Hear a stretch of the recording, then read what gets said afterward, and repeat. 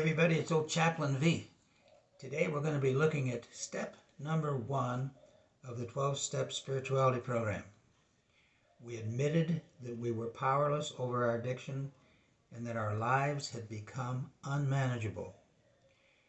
Well, this is step number 1, and we've already kind of had the 0 step, as we've mentioned before, where we've kind of have come to our senses. We've kind of had a little wake up, a divine intervention, as my sponsor used to say. And so we admitted that we were powerless.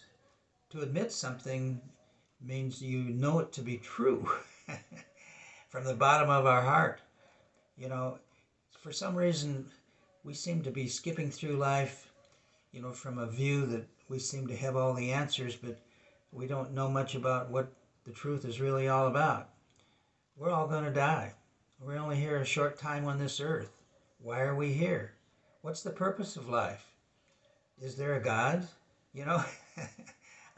Sometimes we let religion kind of answer all those questions, but we just kind of participate because everybody else is participating. But to know in our heart it to be true, that's something entirely different. It's kind of like when Jesus met with Nicodemus, the Nick at Night story. Nick, you know all these scrolls and you've memorized all this stuff and you've been ordained and you're a Pharisee, but you don't really have a relationship with God. You have to be born again, reborn, a spiritual awakening. Well, that's what this program allows us to have. The AA program was so successful because it was community driven. We admitted that we were powerless. Where 2 or more are gathered in my name, I am with you. And also to recognize the fact that when we share each other's grief, when we support each other, those who would be great among you must become the servant of all.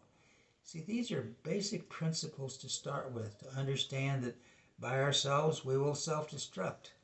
And when we face the truth, when we accept the truth hurts, but the truth will set us free. And the truth gives us grace. We were blind, but now we see, and we were lost. So we begin to have purpose to our life. He leadeth me makes sense.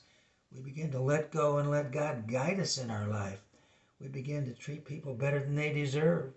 We begin to experience grace in a whole new way.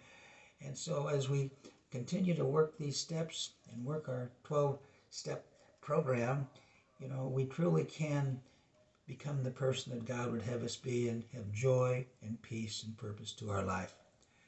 Well, next week we came to believe that a power greater than ourselves